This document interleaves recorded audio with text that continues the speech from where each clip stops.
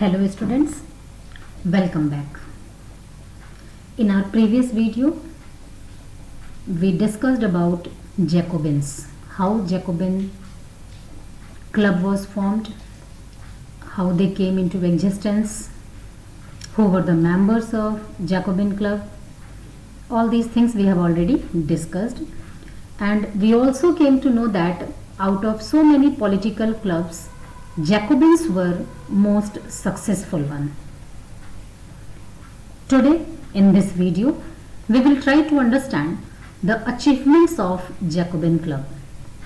Jacobin club successful था तो definitely उसकी कुछ अचीवमेंट्स रही होंगी, रिमार्केबल उनका परफॉर्मेंस रहा होगा। तो आज उसी के बारे में हम अपने इस वीडियो में पढ़ेंगे। In the summer of 1792, the Jacobins planned an insurrection of a large number of Parisians who were angered by the short supplies and high prices of food. तो इसके बारे में तो हम पिछले वीडियो में पढ़ चुके हैं। Because of revolutionary wars, financial condition was very crippled in France. Men were at the war front and women were burdened with the responsibilities to earn their livelihood and look after their children and other family members. लोगों के अंदर resentment जो था वो बहुत ज़्यादा बढ़ गया था, और अब वो जो रिसेंटमेंट था that was converted into anger. जो असंतोष की भावना थी, रिसेंटमेंट मीन्स असंतोष, वो जो डिससेटिस्फाइड थे, अब वो क्रोध में बदल चुका था। और इन्होंने प्लान किया कि समर ऑफ 1792 ये इंसरेक्शन करें, जाएं, अटैक करें, एंटर करें। कहाँ, किस पर अटैक करें? रूलर के ऊपर, और रूलर तो लुई 16 ही थे। On the morning of 10th August they stormed the palace of Tuileries. 10 अगस्त की सुबह 1792 को इन्होंने, ट्यूलरीज जगह का नाम है, वहां के महल पर आक्रमण कर दिया, अटैक कर दिया। मास्कर्ड द किंग्स गार्ड्स, और राजा की सुरक्षा में जो भी सुरक्षा कर्मी थे, जो भी गार्ड्स थे जो प्रोटेक्ट कर रहे थे, उन सबको मार दिया। मास्कर्ड मतलब मास किलिंग, लार्ज स्केल पर मारा गया। जो सुरक्षा गार्ड्स थे उनके, वो बहुत ज्यादा की संख्या में थे और वो सभी मार दिए गए। That's why the term has been used. Massacre means mass killing, killing of someone on a, someone means some community और some particular kind of people on a large scale. Held the king himself as a hostage for several hours, और राजा को कई घंटों तक बंदी बना करके रखा। अब राजा आ गया किसकी गिरफ्त में? जैकोबिन्स की गिरफ्त में। और राजा जब आ गया जैकोबिन्स की गिरफ्त में तो डेफिनेटली अब पावर शिफ्ट हो जाएगा। पावर शिफ्ट होकर के जाएगा किसके पास? राजा किसका बंदी है? जैकोबिन्स का बंदी है। तो पावर किसके पास शिफ्ट होकर के जाएगा? राजा के पास से जैकोबिन्स के पास जाएगा। And it is quite clear कि who were the member of Jacobins and who was the leader of this club. ये आपको पता है, Maximilien Robespierre. Later the assembly voted to imprison the royal family. Power को हाथ में लिया। अपने जैकोबिन्स क्लब के जो मेंबर्स थे उन्होंने अपने आप को एक असेंबली में कन्वर्ट किया, और असेंबली ने ये वोट किया, मतलब सर्वसम्मति से इस बात को रखा गया कि रॉयल फैमिली को अभी इम्प्रिजन कर दिया जाए।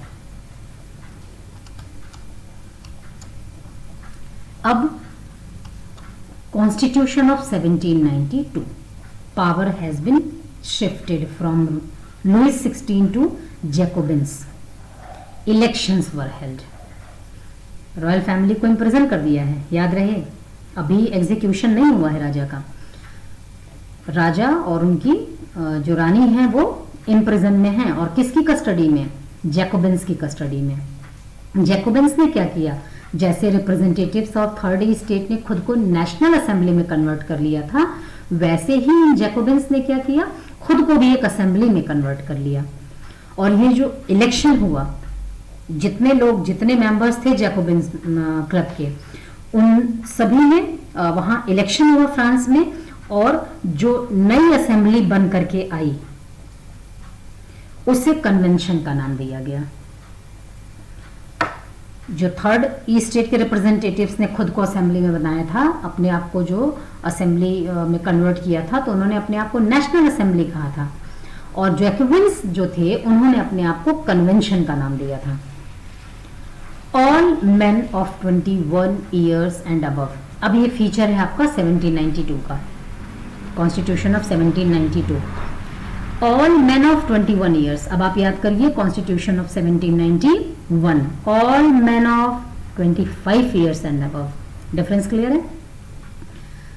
कन्वेंशन में 21 साल और उससे अधिक उम्र के पुरुष वर्ग को राइट टू वोट दिया, पहला डिफरेंस। और नेशनल असेंबली ने 25 वर्ष और उससे ऊपर की आयु के पुरुष वर्ग को राइट टू वोट दिया था। ये हो गया एज फैक्टर, पहला डिफरेंस आई थिंक आपको क्लियर होना चाहिए। 1791 में जो वोटिंग राइट थी वो 25 ईयर्स एंड अबव थी। 1792 में जो वोटिंग राइट मिली है वो 21 ईयर्स एंड अबव है। दोनों में मेन अभी तक कॉमन है, मेल उसमें भी थे, मेल इसमें भी है। सेकेंड चीज देख लेते हैं, प्रॉपर्टी।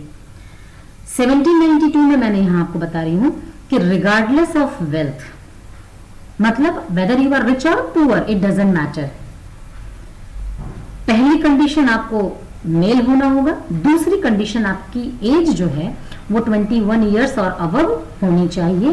प्रॉपर्टी हो या ना हो, आप टैक्स पेयर के ग्रुप से आते हो या ना आते हो, आपको राइट टू वोट मिला। किसने दिया? कन्वेंशन ने दिया। तो दूसरा डिफरेंस जो होगा 1791 में जो मिला था अधिकार, दूसरा डिफरेंस ये है कि national assembly gave right to vote to the propertied people only, those who could pay the tax equal to the wage of a labour of 3 days। 3 दिनों के वेज के बराबर अगर कोई व्यक्ति टैक्स देता है तो वो राइट टू वोट में आएगा, वो एक्टिव सिटीजन में आएगा। एक चीज, ये 2 डिफरेंस हो गया आपके, एक एज का डिफरेंस हो गया और एक प्रॉपर्टी का डिफरेंस हो गया। कॉमन बात जो है वो ये कि both the assemblies gave right to vote only to the men. National assembly ने भी विमेन को पैसिव सिटीजन में रखा और कन्वेंशन ने भी विमेन को राइट टू वोट देना जरूरी नहीं समझा।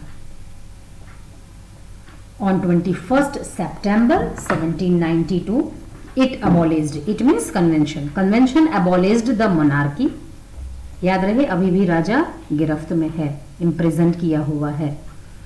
Abolished the monarchy and declared France as a republic. And republic की meaning I think सभी बच्चों को clear होगी। Republic form of the government is a system where the head of the state is elected by the people amongst themselves. That post is not hereditary.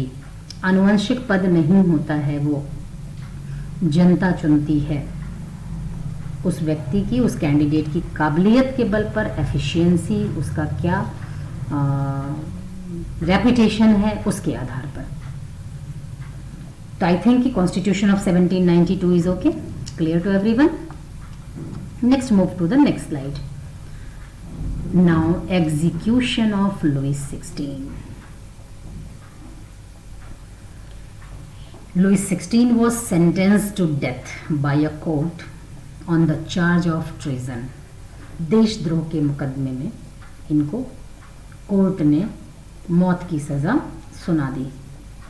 Obvious है, who was managing that court? Robespierre. He was the leader. Now he was the ruler of the France.